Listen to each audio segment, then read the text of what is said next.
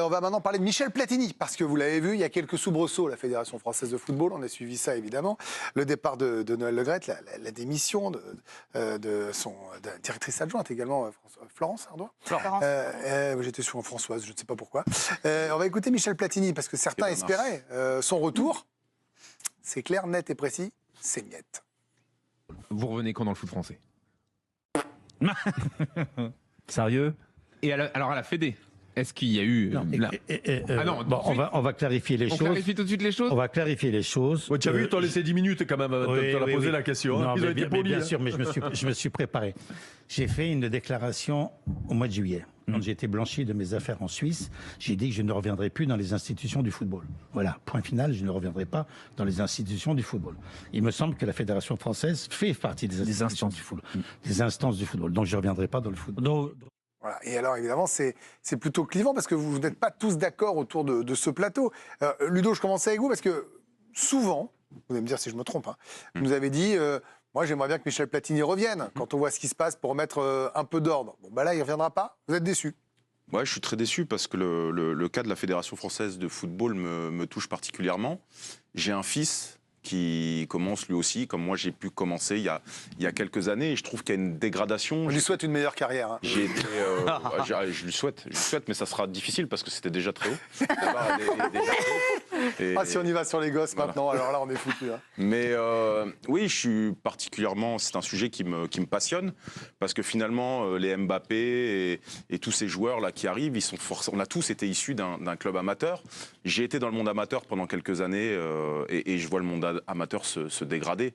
Et vous avez qu'à vous référer à l'association du football amateur et à Eric Thomas qui est son représentant, et vous verrez ce qu'il pense aujourd'hui des rapports entre le football amateur et la fédération. Les rapports, mais Noël Le Graët, je me fais l'avocat de personne, je répète ce qu'il avait dit à l'époque où il était président, il n'y a jamais eu autant d'argent partagé avec le foot amateur. Il y a déjà beaucoup moins de clubs. Il y avait 19 000 clubs, il n'y en a plus que 14 000, donc forcément la dotation a augmenté pour tout le monde. C'est juste le fait qu'il y ait 5 000 clubs qui ont disparu, personne n'en parle, ça.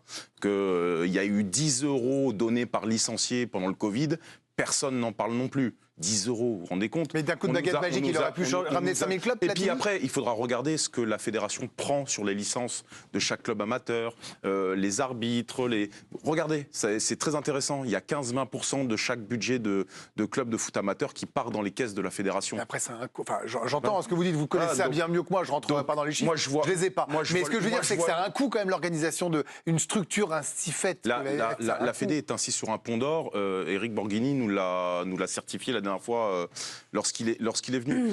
Moi, Michel Platini, voilà, je me suis intéressé un peu au dossier et j'ai eu accès à certains papiers, notamment de son procès. Donc j'ai essayé de lire ça attentivement. Le fait qu'il ait été blanchi, il a vraiment été blanchi. Donc là, il y a un appel du parquet. Je pense qu'il sera encore une fois. Ça, on peut, alors, vous l'espérez, je l'entends, mais on n'a pas savoir conviction en ayant lu. Parce que franchement, en ayant lu quelques pages, il faudrait complètement passer à côté. Là, Ludo, le nombre de gens où on a cru qu'ils allaient être blanchis ou d'autres condamnés je vous dis mon intime conviction. D'accord, vous êtes en première instance blanchi, ce qui est pour un procès qui est en Suisse. C'est déjà que vous avez déjà fait une grosse partie du boulot. Passons. En tout cas, cet homme connaît très bien les instances. Et puis, c'est surtout celui qui protège les plus démunis. Je ne voyais pas comme un Robin des Bois, et je suis sans ironie quand je dis ça. Non, au niveau du football, il a toujours milité pour les plus petits clubs. Mais bien sûr. Mais vous, la façon dont vous parlez par rapport au foot amateur, c'était un axe que je n'imaginais pas. Moi, c'est mon cheval de bataille. Ça a toujours été ça. Parce qu'on vient tous de là, parce que finalement, on aura tous besoin. L'équipe de France. Oui, mais alors, ça veut dire. Puisque là, ce ne sera pas Platini, et après, on passe la parole à tout le monde, Ludo. Ça veut dire que quel que soit le président qui va venir, ou la présidente, il va falloir que ce soit une priorité. Alors, pour vous? Mais moi, je trouve que la priorité, c'est la priorité des priorités. Okay, les jeunes, le foot amateur. L'équipe de France, elle se gère presque tout seule. Tu as besoin d'une organisation pour les hôtels. Il faut trouver un accord avec pour les sponsors. Oui, mais ça, c'est pas le plus dur à faire. C'est le plus médiatique. Quand vous êtes champion du monde et vice-champion du monde, c'est pas très dur de ramener des sponsors. Le gros boulot... Non, de choisir les sponsors qui plaisent à Mbappé, vous n'avez pas compris. Non, mais le gros boulot, il est sur le travail avec nos jeunes, parce que finalement, la nouvelle génération, elle partira de là et que ce pilier-là, il est en train de se fondre.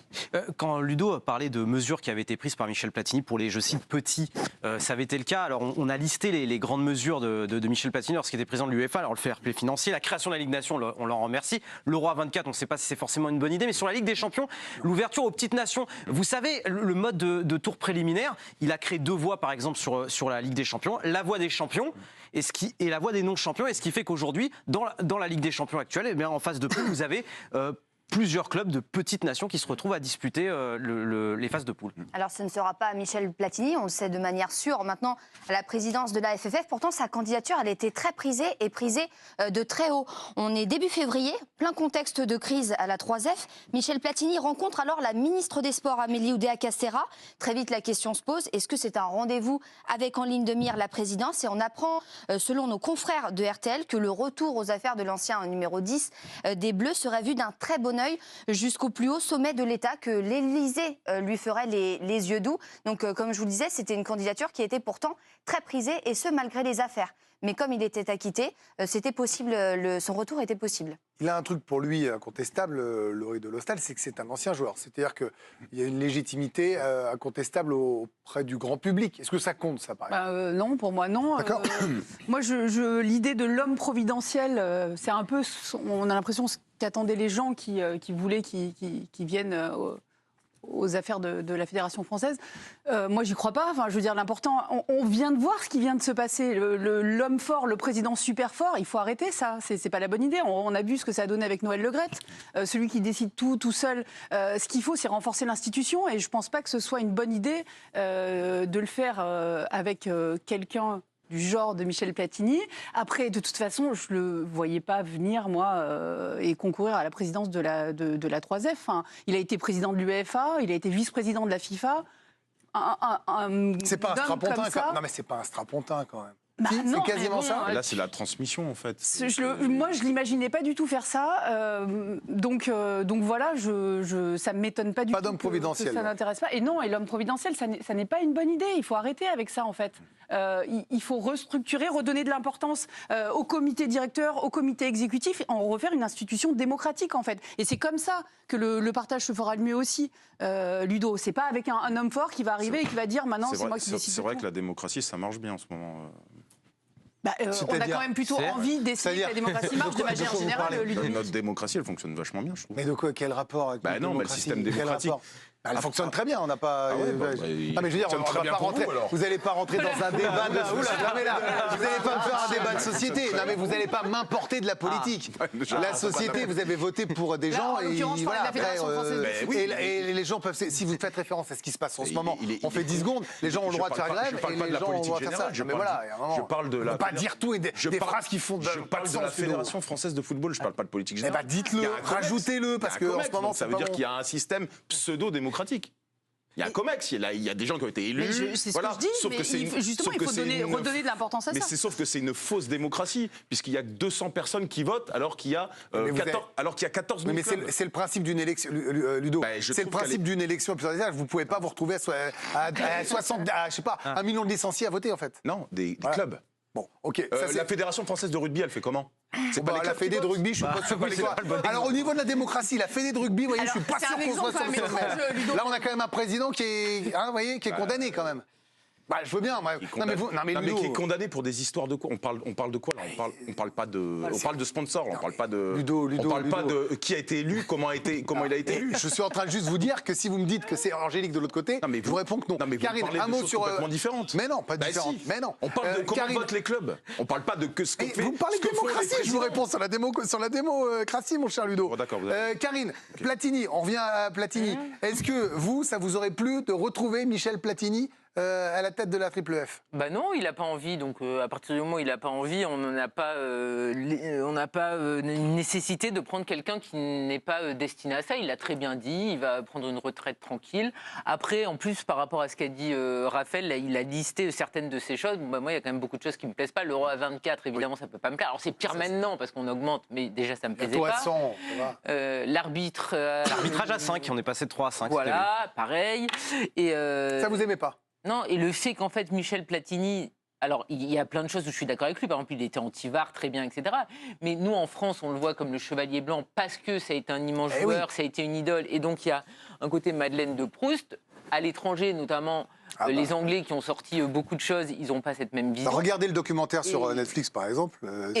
On oublie tous que Michel Platini est rentré dans les instances du football avec comme mentor Sepp Blatter, qui n'était pas non plus un exemple pour tous. Alors après, on rentre comme on peut dans une voie qu'on a choisie. Lui, il a choisi de s'inscrire dans l'histoire des instances, très bien, mais il a choisi Sepp Blatter comme mentor.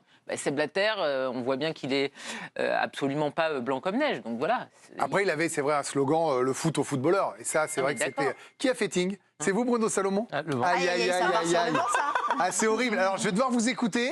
Vous allez jouer, puis après, ça va dégager tranquillou sur le Mais banc. c'est Michel Platini qui lui envoie un texto. Ah, c'est Michel qui n'est pas content pour vous ? Il dit défends-moi, défends-moi. Je dis Michel, j'ai jamais vu de ma vie. Il a pas défendu de toute façon. Je fais un peu de name dropping comme ça à la cool. Alors donc un dernier mot avec vous sur Platini qui ne viendra pas à la Triple F.